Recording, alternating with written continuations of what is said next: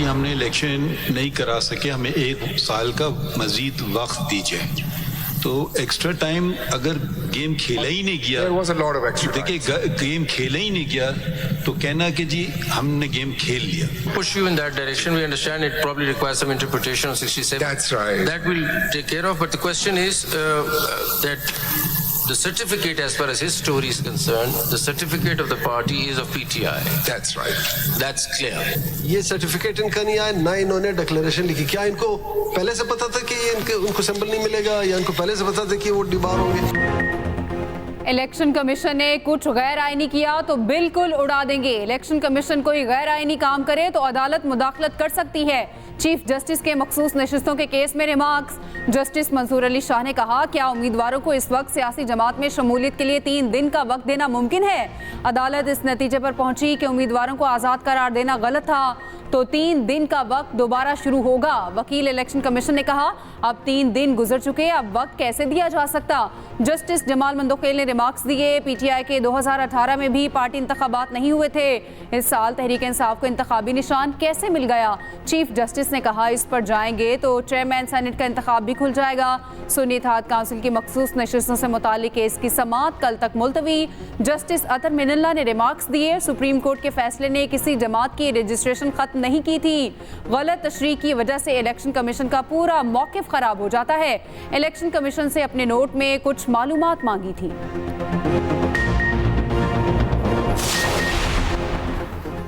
गुज़िश्ता इंतखाबात में BAP को KP में मखसूस नशिस्तें कैसे दी गई थी?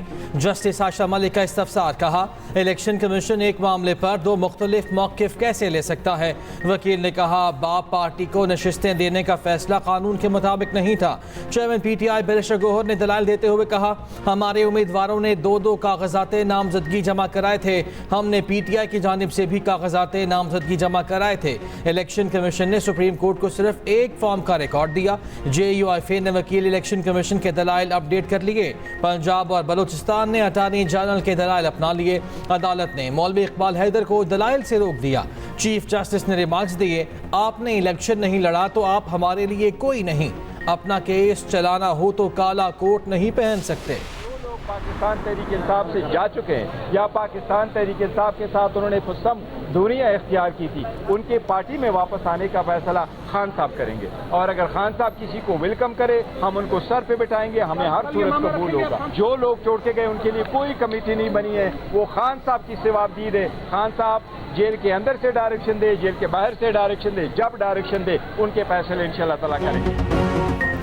तहरीक इंसाफ मखसूस नशिस्तें मिलने के लिए पुरुम्मीद। चेयरमैन PTI बैरिस्टर गौहर कहते हैं कि जजेस की ऑब्जर्वेशन से पुरुम्मीद है, मखसूस नशिस्तें मिलेंगी।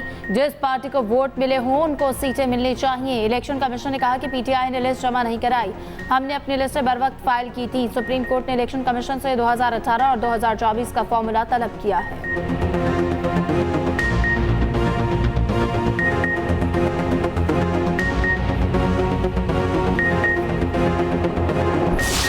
महंगाई के सताए अवाम को एक और जोरदार झटका। पेट्रोल 7 रुपये 45 पैसे, डीजल 9 रुपये 56 पैसे महंगा। वजारत खजाना ने नई कीमतों का नोटिफिकेशन जारी कर दिया।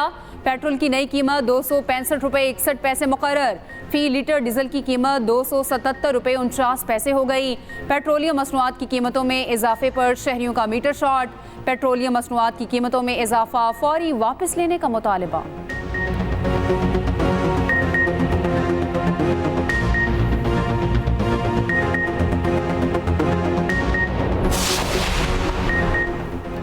अशराफिया के लिए मरात ही मरात, तनख्वाहदार और कारोबारी तबके पर टैक्स की भरमार। बजट आज से लागू। ताजिर 2 स्कीम के तहत ताजरों से टैक्स वसूली शुरू। IMF दबाव पर टैक्स रेवेन्यू का हदफ 12,970 अरब रुपए मुकर्रर। बजट में 1700 अरब रुपए से ज़्यादा नए टैक्स शामिल। तनख्वाहदार और गैर तनख्वाहदार कारोबारी तबके की आमदन पर 10% इजाफी सरचार्ज आयद। तनख्वाहदार तबके पर टैक्सों की शरह 39%। माहाना 1 लाख रुपए आमदन पर पहले से 2 गुना टैक्स देना होगा। नॉन रेजिडेंट पाकिस्तानियों को मुख्तलिफ ट्रांजैक्शंस पर टैक्स देना होगा। आज से नई पेंशन स्कीम का इतलाक हो गया। नॉन फाइलर्स की सिम्स ब्लॉक ना करने वाली कंपनीज को 5 से 10 करोड़ जुर्माना देना पड़ेगा। नए बजट के नए टैक्स आज से महंगाई का नया तूफान सर उठाएगा। बच्चों के लिए डब्बाबंद दूध पर 18% GST देना पड़ेगी। मोबाइल फोन्स की खरीदारी पर 18 से 25% GST लगेगा। पेट्रोल, डीजल और हाई ऑक्टेन पर लेवी में 10 रुपए फी लीटर इजाफा। बैन अल-अक़वामी सफर पर 55 अरब के इजाफी टैक्स लगे। तामीरात, रहायश और कमर्शियल प्रॉपर्टी की फरोख्त पर 10 से 15% टैक्स। प्रॉपर्टी की ट्रेडिंग वैल्यू पर भी 4% स्टैंप ड्यूटी देना होगी। इस्लामाबाद में 2 से 4 हज़ार गज के फार्म हाउस पर 5 लाख टैक्स आयद। सीमेंट पर फेडरल एक्साइज ड्यूटी 2 से बढ़ाकर 4 रुपए फी किलो हो गई।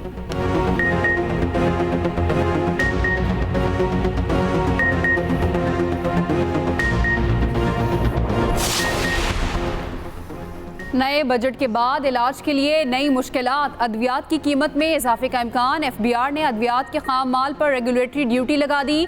3rd जनरेशन एंटीबायोटिक पर दिसंबर 2024 तक 10% ड्यूटी आयद। कैफीन और सॉल्ट पर 31 दिसंबर तक 10% रेगुलेटरी ड्यूटी होगी। बीज की ग्रेडिंग, सब्जियों को खुश्क करने वाली मशीनों पर 5% ड्यूटी लग गई।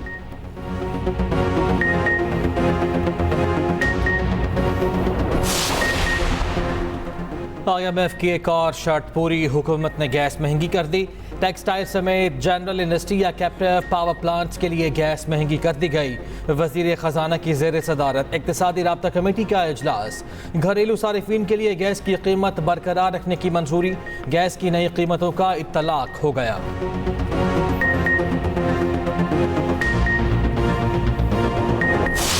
हाई महंगाई, अवाम का पारा हाई। मुख्तलिफ शहरों में कारोबारी तबके का दमादम मस्त कलंदर। बिजली के बिलों और टैक्सेस में इजाफे के खिलाफ ताजर सरापा एहतजाज। मुतादिद शहरों में शटडाउन हड़ताल, कारोबारी बरादरी सड़कों पर निकल आई। शहरी भी हिस्सा बन गए। हुकूमत से बिजली के बिलों और टैक्सेस में इजाफा वापस लेने का मुतालबा। चिन्यूट के एक ताजर और शहरी एहतजाज के लिए सड़कों पर आए। हुकूमत से बिजली के बिलों में इजाफा वापस लेने का मुतालबा। कसूर में दुकानों को ताले लग गए। जेलों में कारोबार बंद। बुरेवाला में ताजर सरापा एहतजाज। मुजफ्फरगढ़ के कारोबारी तबके ने शटडाउन की धमकी दे दी। शंघाई ताउन तंजीम का सरबराही इजलास, वजीर आज़म शिरकत के लिए कल रवाना होंगे। काज़िकिस्तान के शहर आस्ताना में इजलास 3 और 4 जुलाई को शेड्यूल। तंजीम के सरबराही इजलास में इलाकाई और आलमी उमूर पर गौर होगा। वजीर आज़म काज़िकिस्तान से पहले ताजिकिस्तान का 2 रोज़ा दौरा करेंगे।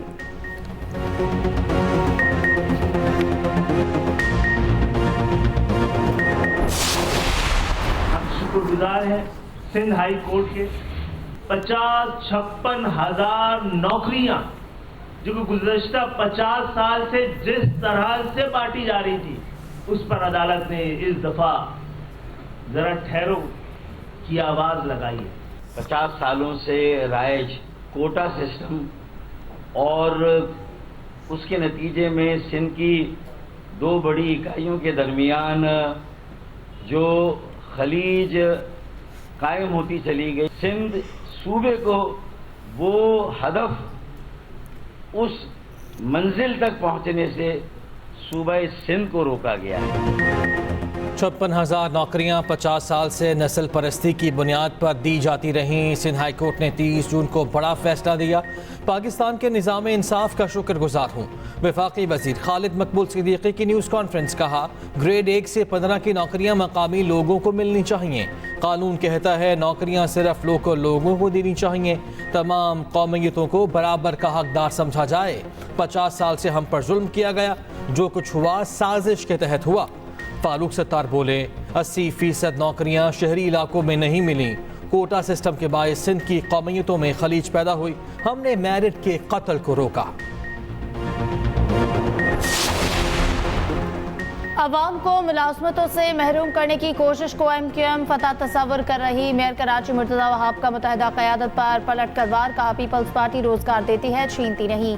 हमेशा अवाम को मैरिट पर मुलाजमतें फराहम की। शहीद भुट्टो पर बात करने से कबल MQM गिरबान में झांक ले। पंजाब में मानसून की जोरदार एंट्री। सूबे के बेशतर शहरों में मूसलाधार बारिश। गुजरात, गुजरांवाला, नारोवाल, कसूर और मज़ाफात में जल थल एक। काली घटाओं ने मौसम दिलफरेब बना दिया। पारा नीचे आने लगा। लाहौर में तेज़ हवाओं के साथ मूसलाधार बारिश। नशेबी इलाके ज़ेर-ए-आब, अहम शाहराहों पर पानी जमा होने से ट्रैफिक मुतासिर। गलियां और सड़कें नदी नालों का मंजर पेश करने लगी। लेस्को के मुतादिद फीडर्स ट्रिप कर गए। मुख्तलिफ इलाकों में बिजली की फराहमी मुअत्तल। रवां साल मानसून बारिशें 30% से ज़्यादा होने का खदशा। जुलाई के पहले हफ्ते में 15 से 50 मिलीमीटर बारिश के इम्कानात। दूसरे हफ्ते 25 से 35 और चौथे हफ्ते 70 मिलीमीटर बारिश हो सकती है। बालाई वस्ती और जनूबी पंजाब में ज़ोरदार बारिश का इम्कान। अर्बन फ्लडिंग और हिल टॉररेंट्स में फ्लैश फ्लडिंग का खतरा। आज थर, बदीन, ठट्टा और सजावल में गरज चमक के साथ बारिश मुतवक्के। इस्लामाबाद की इंसदादी दहशतगर्दी अदालत में 9 मई केसेस की समाअत। वज़ीर आला अली अमीन गंडापुर की हाजिरी से इस्तिस्ना की दरख्वास्त। जज ताहिर अब्बास सिप्रा ने रिमार्क्स दिए कि तमाशा बना हुआ है, एक आता है दूसरा नहीं आता। तमाम गैर हाजिर मुल्ज़िमान के नाकाबिल ज़मानत वारंट गिरफ्तारी जारी कर रहे। आइंदा समाअत पर जो मुल्ज़िम ना आया उसे इश्तिहारी करार दूंगा।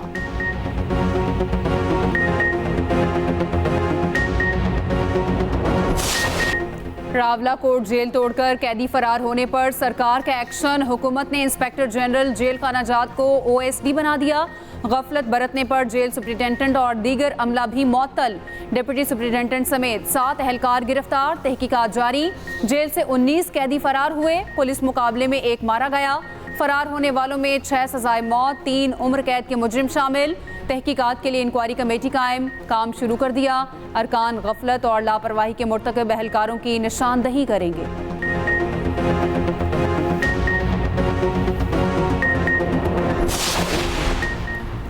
बलूचिस्तान के इलाके थाना दुक्की की सब जेल से 3 कैदी फरार। पुलिस के मुताबिक कैदी वॉशरूम में मौजूद रोशनदान तोड़कर फरार हुए। मुजरिमों को वॉशरूम के लिए हवालात से निकाला गया था। सब जेल दुक्की में कुल 13 कैदी मौजूद थे।